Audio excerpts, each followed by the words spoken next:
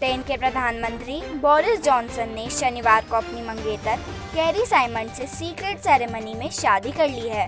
British media reports के हवाले से न्यूज एजेंसी राइटर्स ने बताया कि marriage ceremony Westminster cathedral church में हुई। बाबा रामदेव की मुश्किलें बढ़ती जा रही हैं। इंडियन मेडिकल एसोसिएशन के बाद federation of all India medical association ने बाबा को पहले ही कानूनी नोटिस थमा दिया है।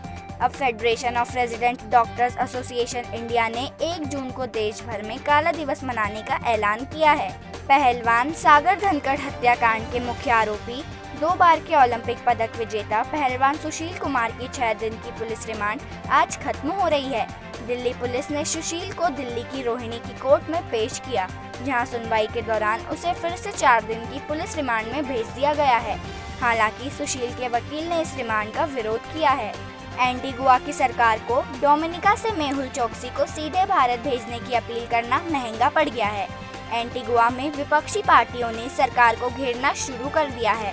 विपक्ष पार्टी का कहना है कि एंटीगुआ के नागरिक को किसी दूसरे देश को नहीं सौंपा जा सकता।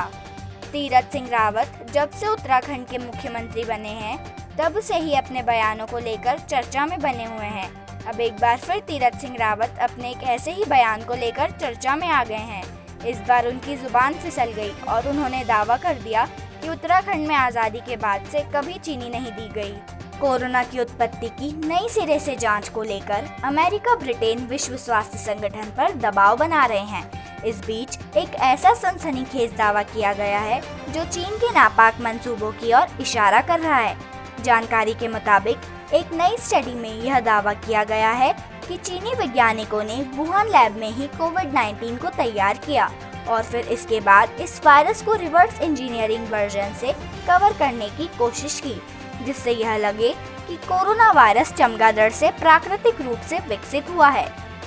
ऑस्ट्रेलिया में पर्यावरण संरक्षण को लेकर ऐतिहासिक फैसले आए हैं। ये फैसला ऑस्ट्रेलिया के मेलबर्न की फेडरल कोर्ट ने लिया है।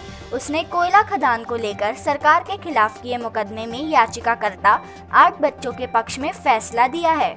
पूर्वी लद्दाख में वास्तविक नियंत्रण रेखा पर चीन ने एक बार फिर सैन्य गतिविधियां तेज कर दी हैं। गलवान घाटी में हिंसक झड़प के करीब 1 साल बाद चीन की सैन्य गतिविधियों से टकराव की आशंका बढ़ गई है। जानकारी के मुताबिक शांति की कोशिशों के बीच चीन ने भारत से लगी सीमा पर नई हथियार प्रणालियां जुटानी शुरू कर दी है। यूरोपीय मेडिसिन एजेंसी ने 12 से 15 वर्ष की आयु के बच्चों के लिए फाइजर बायोएनटेक कोविड-19 वैक्सीन के उपयोग को मंजूरी दे दी है।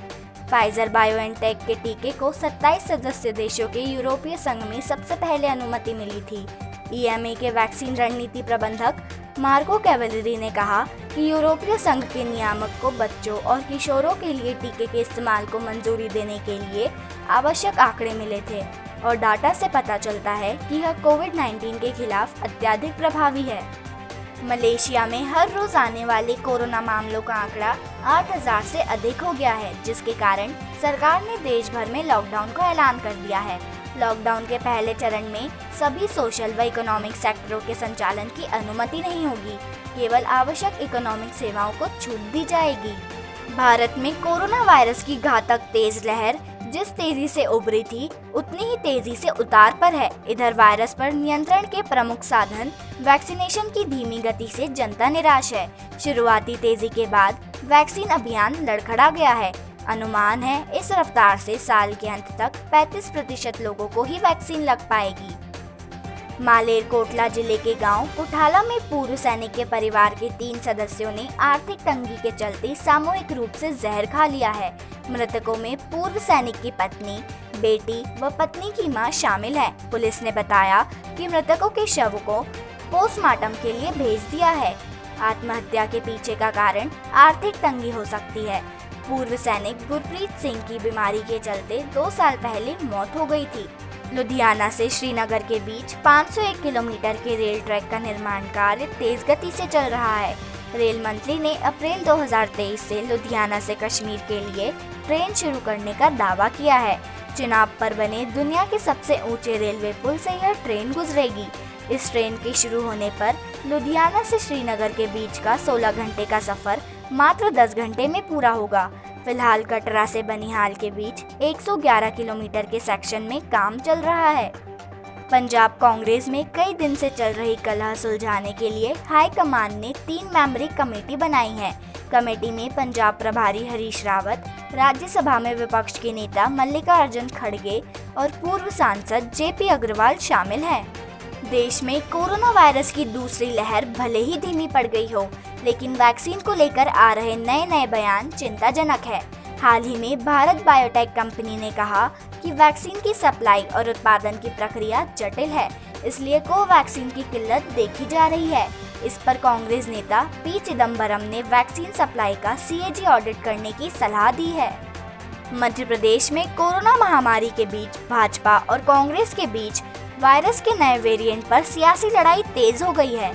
कोरोना के इंडियन वेरिएंट के कमलनाथ के बयान पर प्रदेश के गृह मंत्री डॉक्टर नरोत्तम मिश्रा ने पूर्व सीएम को ही कमलनाथ वेरिएंट बता दिया है। इस बीच मुख्यमंत्री शिवराज सिंह चौहान ने एक बार फिर पलटवार करते हुए कहा कि कांग्रेस झूठ बोलकर मध्य प्रदेश में आग लगाना चाहती है। बॉलीवुड से बुरी खबरों का आने का सिलसिला रुक नहीं रहा है। फिल्म इंडस्ट्री के मशहूर प्रोड्यूसर रायन स्टीफन का निधन हो गया है। रायन पिछले दिनों कोरोना वायरस से संक्रमित हो गए थे। रायन के अलावा अभी तक फिल्म इंडस्ट्री में कई लोगों का निधन कोरोना संक्रमण के कारण हो चुका है। रायन ने कियारा आडवाणी की लीड रोल वाली फिल्म इंदु की जवानी को प्रोड्यूस किया था। पिछले काफी समय से कोरोना वायरस के कारण फिल्मों की शूटिंग लगभग रुकी हुई है। अब धीरे धीरे शूटिंग दोबारा शुरू हो रही है। ऐसे में बॉलीवुड एक्टर मनोज बाजपेयी की एक फिल्म की शूटिंग स्थानीय ग्रामीण लोगों के विरोध के बाद रोक दी गई है।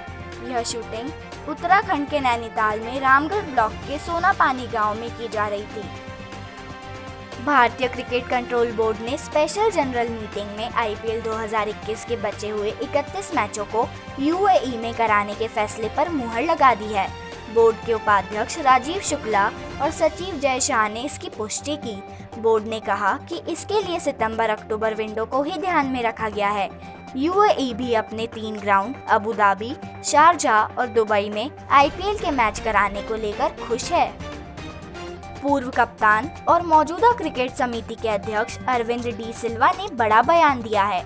उन्होंने कहा है कि मौजूदा क्रिकेटरों को खिलाड़ियों के अनुबंध के बारे में शिकायत करने के बजाय देश के लिए मैच जीतने पर ध्यान देना चाहिए।